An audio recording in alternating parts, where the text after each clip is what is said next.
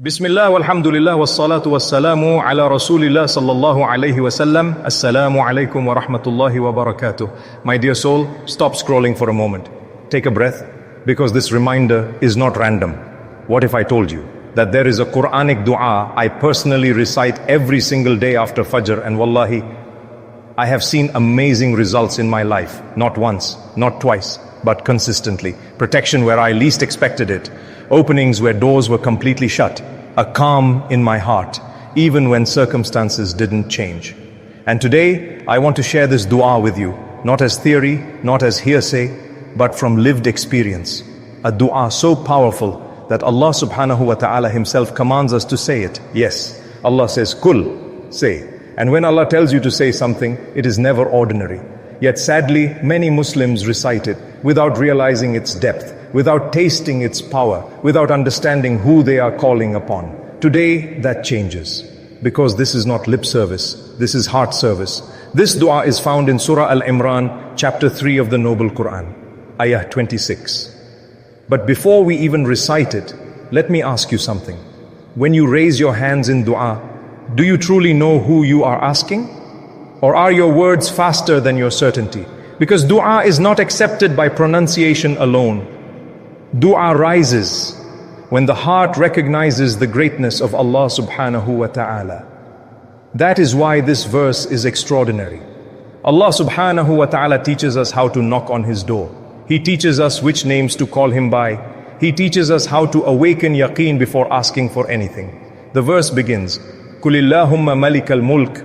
Say, O Allah, owner of all dominion. Pause here. Don't rush. You are not calling a manager, you are not calling a boss, you are not calling a king, limited by board. Cheers. You are calling the owner of everything, every kingdom, every authority, every system, every atom, the skies you see, the air you breathe, the heart beating in your chest right now. All of it belongs to Allah subhanahu wa ta'ala. And when this settles in your heart, truly settles, something changes.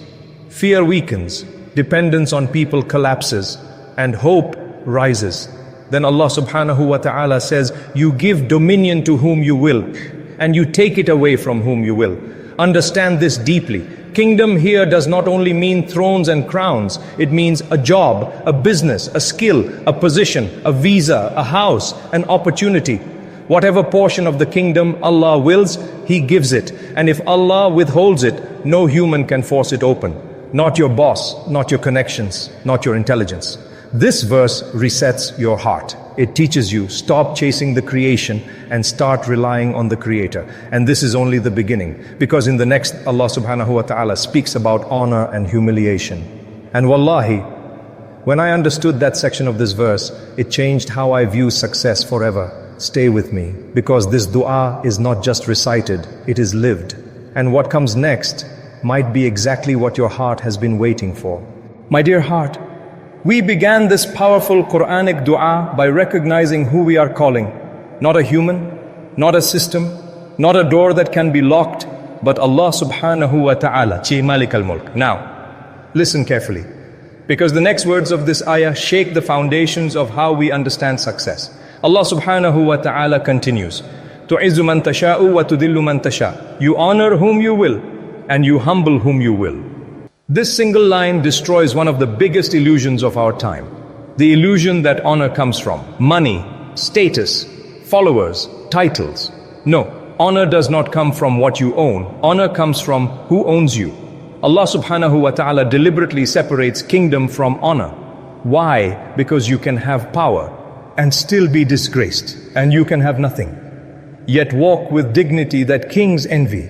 True izzah is not in possessions, it is in connection with Allah subhanahu wa ta'ala. That is why the Prophet Muhammad sallallahu alaihi wasallam taught us a principle that changes everything. Whoever does not desire what people possess, people will honor him. When your heart is independent of creation, Allah makes creation respect you, subhanallah. History is full of examples. There were scholars of Islam who owned nothing, no palace, no guards, no wealth. Yet when kings entered their gatherings, they were told to sit where students sat.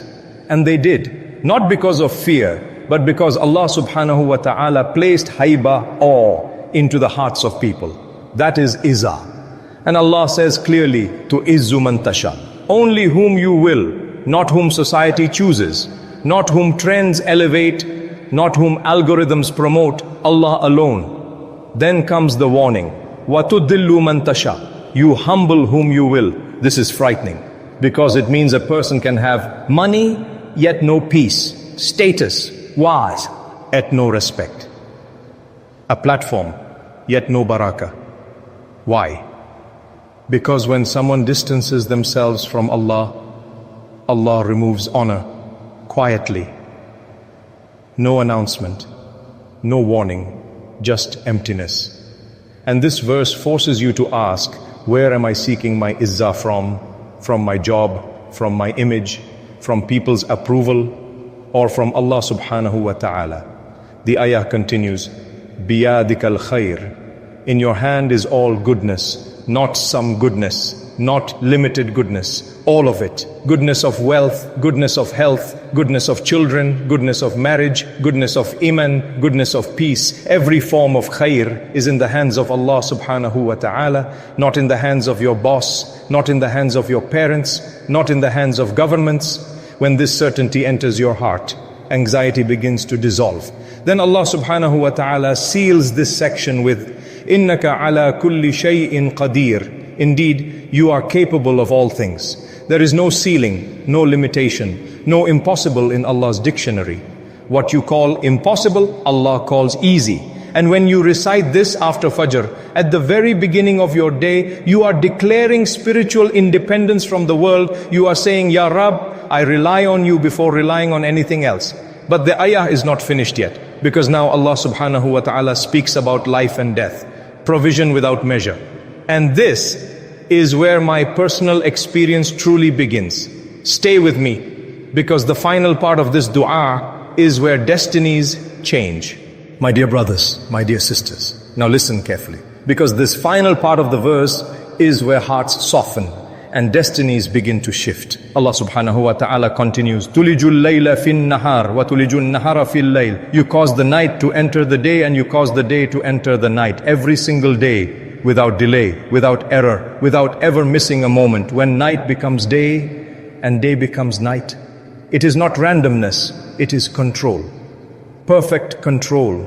And if Allah subhanahu wa ta'ala can manage the rotation of the heavens, the balance of time, the order of the universe, then ask yourself, what problem of yours is too big for Him? What worry keeps you awake at night? What fear sits quietly in your chest? This verse reminds you, just like night turns into day, your difficulty can turn into ease. Then Allah subhanahu wa ta'ala says, وَتُخْرِجُ الْحَيَّ مِنَ الْمَيِّتِ وَتُخْرِجُ الْمَيِّتَ مِنَ الْحَيِّ. You bring the living from the dead and you bring the dead from the living. Hope from hopelessness, life from despair. Allah subhanahu wa ta'ala can bring growth from what looks finished, a child from what seemed impossible, a solution from a closed door, a way out from complete darkness. And then comes the line, that changed my mornings. وَتَرْزُقُ مَنْ تَشَوْ بِغَيْرِ حِسَابٍ. And you provide for whom you will, without measure, without counting, without limits, without calculation. Not salary-based, not logic-based. Allah's rizq does not follow spreadsheets.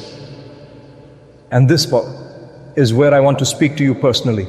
I made it a habit every single morning after Fajr, before the world wakes up. I recite this ayah slowly, with presence, not rushing, not distracted. I recite it 3 times. Why 3? Because if my heart was absent the first time, it wakes up the second time, and by the third too. It surrenders. And then I raise my hands and I ask Allah subhanahu wa ta'ala in my own language for protection, for rizq, for clarity for my family. And wallahi, I have seen wonders. Not always in what I received, but in what Allah protected me from. Days feel lighter, decisions feel guided, problems feel smaller, even when they remain. And on the rare morning when I forget to recite it, something feels missing, as if my day started without its shield. So I stop, I recite it, and subhanallah, things settle again. This is not magic, this is tawakkul.